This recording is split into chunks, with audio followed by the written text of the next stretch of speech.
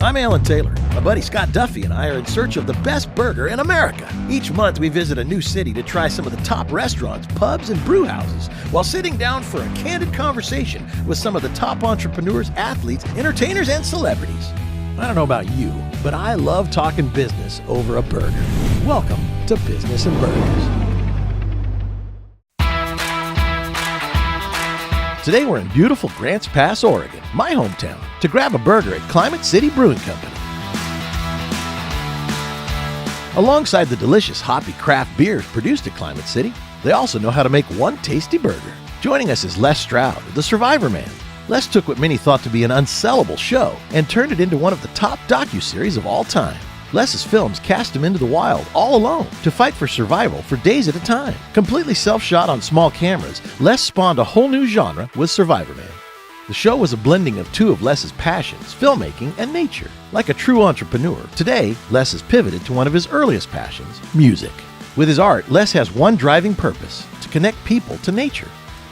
Well, Les, thank you for joining us. I know you've been traveling a lot, and as the Survivorman, you're all over the whole world. I wanted to meet my buddy Scott Duffy. Scott. Good to see you, brother. Good to see you.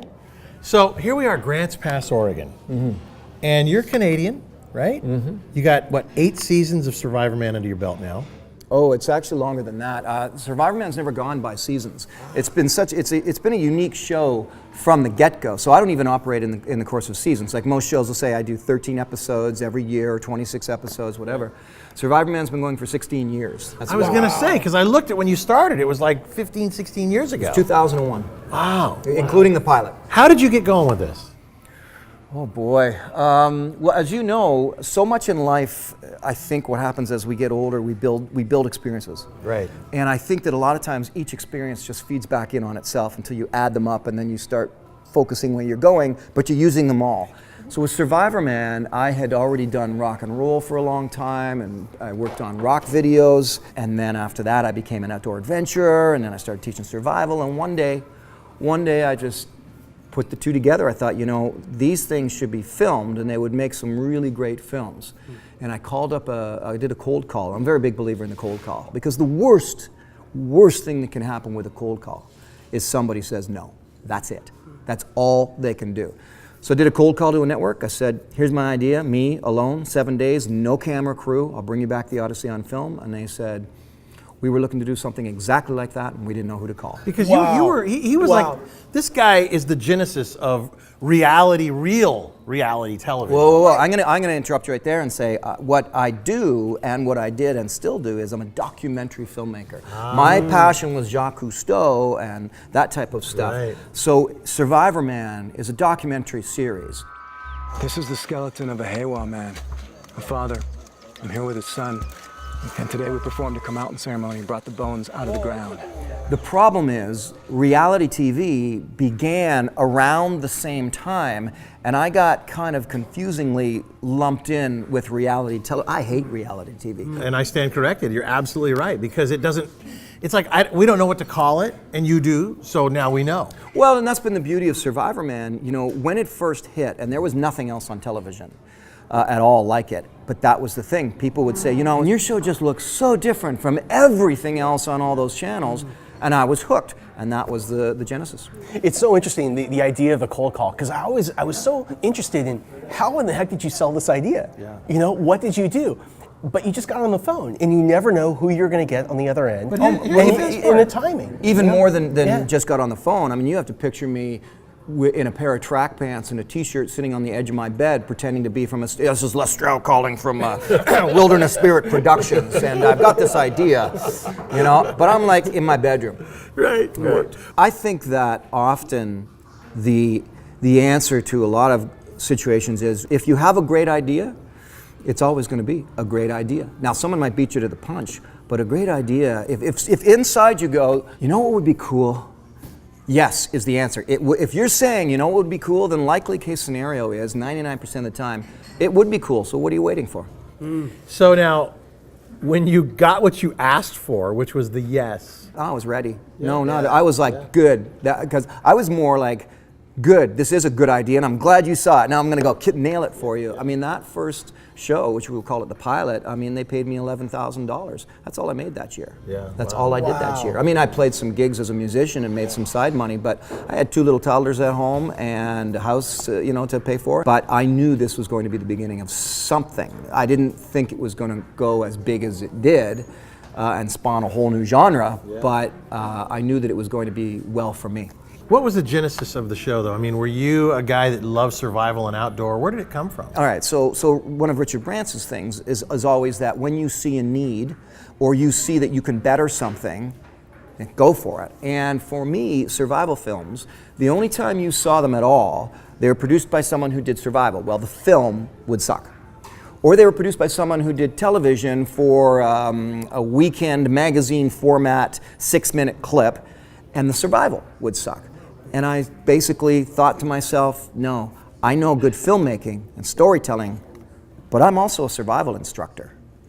Let's put them together. So you were already a survival instructor? Oh, for 15 years. Oh, okay, there you go. Okay, so it was just a no-brainer for you. Both skill sets, that's what I love mean. it. Skill sets tend to fall back on themselves as you get older in life. You know, someone says, hey, can you do this? And you go, well, actually, yeah, I used to be a lifeguard. I can do that. Next thing you know, you're doing where'd that come from? I used to be a lifeguard. There you go. You just never know. So I had done rock videos, and I was a musician, performing musician, but I was then also an adventure guy. Like I said, they went together. I think there's so many entrepreneurs out there that feel like every day they're in survival mode. Oh my God. Right? Yeah. And I'm curious, what have you learned about surviving that can be applied to entrepreneurship? There are a lot of cliche, stereotypical realities. There's 3 styles of executive producers that are connected to the television network.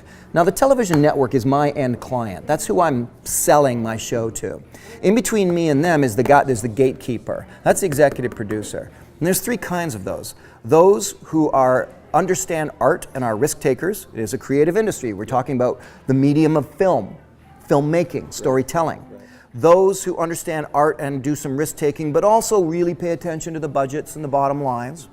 Those who are bean counters. The ones on the left side I love. Survivorman would not be on television if Steve Burns, who was producing Science Channel and Discovery at the time, had not been a creative risk taker. He's a powerful man in the industry and a wonderful man. He understood taking a risk and he said, I think you got something. Let's try it. The bean counter would have said, give me your numbers. I can't prove this out, so let's not try it. Right. Mm. Give me your numbers has always been goodbye.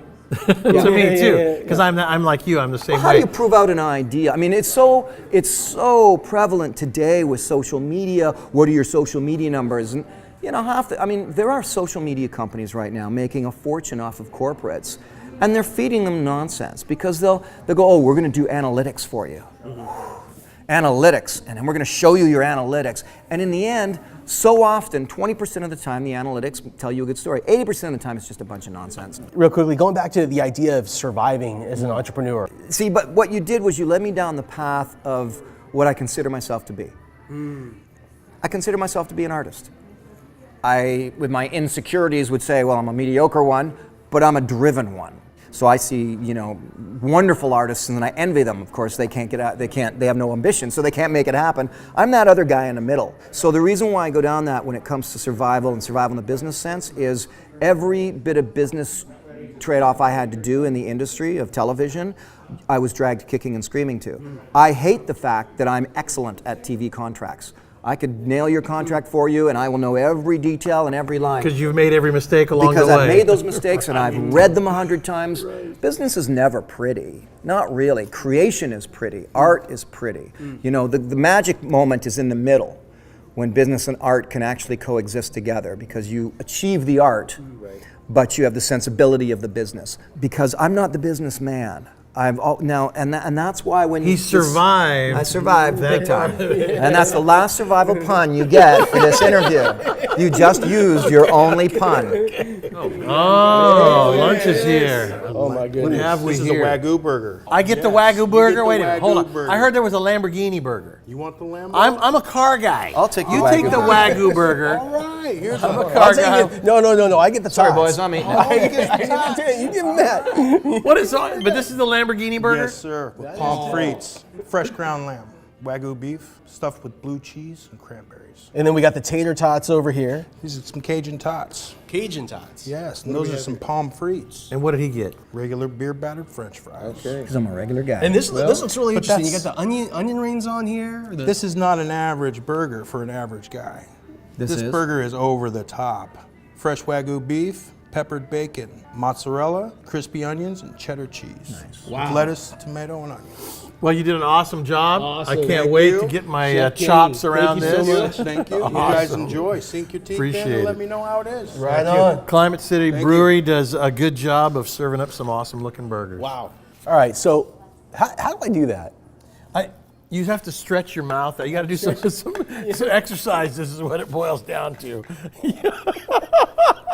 When you get these complicated, super complicated, big contracts sent to you, what's the first thing that you think? The way I've been able to do so well with Survivorman is because I let the stubborn artist in me flare up, and I walk into every meeting knowing I have no issue whatsoever walking out. Walking on the deal. That's a tough place to be when you have toddlers at home. Right. You've got to be able to say, if they don't come my way to this point, I'm going to turn around and walk away from my television series, my career, millions of dollars. Have you ever done it? Have you ever walked away? I've never walked away, but I've never Walked needed out. to. Yeah. I've had to walk out before. It's not fun. No, it's but you got to be able to stand there and you got to muster up all the courage and all the faith that you have in yourself and what you know is right. And when you feel it and you know it, you got to turn and walk. So now you're in the process of pivoting from documentaries to music. I wanted to feel her wind blow across my face. I wanted. And I'd love to ask you, how do you make that pivot from a place that you've been and you recognize, for being a leader for so long into another space? It's a very difficult thing to do. It's like anything. It's very easy to sell your soul and stick with what is good for the money and the bottom line and not keep your integrity. And be miserable. Yeah. All of my risks are extremely calculated. And that's so important in business also. I think some people, they just let it fly, right? Without thinking through. Right. That's such an important Right, tool. Yeah. that's right. And I do think it through. And I run it by people and I make sure things, and I get outside opinion and so on and so forth. Now, Survivorman, the reason why I could go on as long as I have, 16 years, is because they left me alone. See, that's the other tip. I've owned Survivorman since day one. I've never sold They came to me one time when Survivorman became big. They came to me and they actually said, they being the TV networks, "Yeah, this is great, Les. Yeah, we're moving into the next season here. We're gonna commission this now." What? Yeah, no, we're gonna commission the show now. To commission a show means they're going to pay for the whole thing, which means they own the whole thing. Well, I didn't say this, but the implication in my answer was, so for 4.5 years, I've taken all the risk trying to get many different networks to buy into my show, to get it on television. You were just one of those networks. And now because it's a hit, you're going to step in and own it, the brand, the marketing, the merchandising, everything. And and this was okay. This was one of those moments. I stared him down. I said, no, that's okay. They could have walked away from me. Instead, they created a whole bunch of shows to copy mine. So, but you know what? Your show is authentic. They cannot duplicate authenticity. No, they can't. And so no matter how hard they tried, there's only one Les Stroud. Well, that's because authenticity is something that you can be. You can't do it. You're either authentic Can't copy or you it. are not. Right. There's no, we're going to pretend to be authentic. So you pivot. Talk about So I the pivot. My pivot is again, more of a metamorphosis and a growing than a pivot. But for example, I'm not turning my back on Survivorman. Now that was a lesson I learned really quickly, was I've developed it sounds horrible, a legion of fans. Small legion, but it's a legion of fans. I'm one.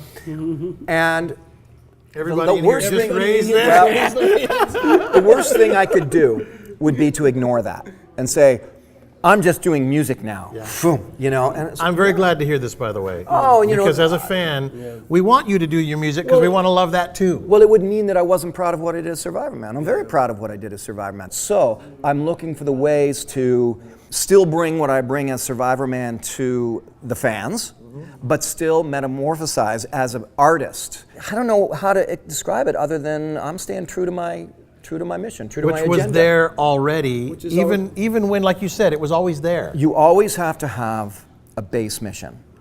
I would prefer if your base mission was not to make money, but your base mission had some kind of altruistic value to it. Yeah. My base mission from day one with Survivorman was to connect people to nature. Simple. That's it. I just want you to go back out and love the wilderness again. Love nature. Go on the trails. Hunt, fish, hike, sea kayak, canoe, whatever you do. Just connect to nature. My passion has never been making money. I've done well because of my creative entities have done well. But my passion has been nature. Yeah. And then because I'm a natural performer and I'm a ham and I love the stage and I love storytelling. And you must love music. And I love music. So now all of my music celebrates nature. The 2 albums I'm about to launch, and we're being produced by Mike Klink, who's a powerful, legendary rock producer. Slash plays on it. Steve Vai plays on it. These guys only got involved because they saw that the albums were focused on reconnecting people to nature, and in some cases, a call to action. So they're now getting involved, and so many others are getting involved in my music because the baseline mission is the why. Why do this? Why do I do Survivorman? Why did I do Survivorman? Why do I do my music? Because I want to connect people to nature. Yeah. And this is how I do it. Yeah. So you have to have the why, and everything can flow from that. Our interview with Les was so full of great advice, we just couldn't fit it into one episode. Make sure to tune in next time for part 2 of the Business and Burgers Les Stroud special. Here's some food for thought. Don't be afraid to cold call. The worst they can do is say no. When you see a need and you see you can better something, go for it. Find your why and let everything flow from that. Make sure to come back right here next time for part 2 of Les Stroud's interview. Here's some of what we have in store. And then along comes this little camera called the VX1000. I basically invented the selfie stick. Should have patented that one. Yeah, right. Had my selfie stick. Nobody else was doing that. Everything that I had to do as a creator was different than any other TV show. That's right here next time on Business and Burgers.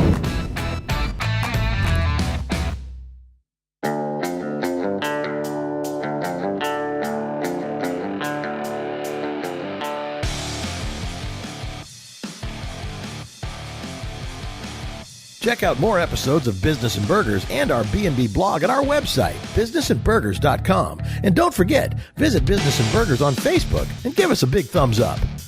See you next time, right here on Business and Burgers.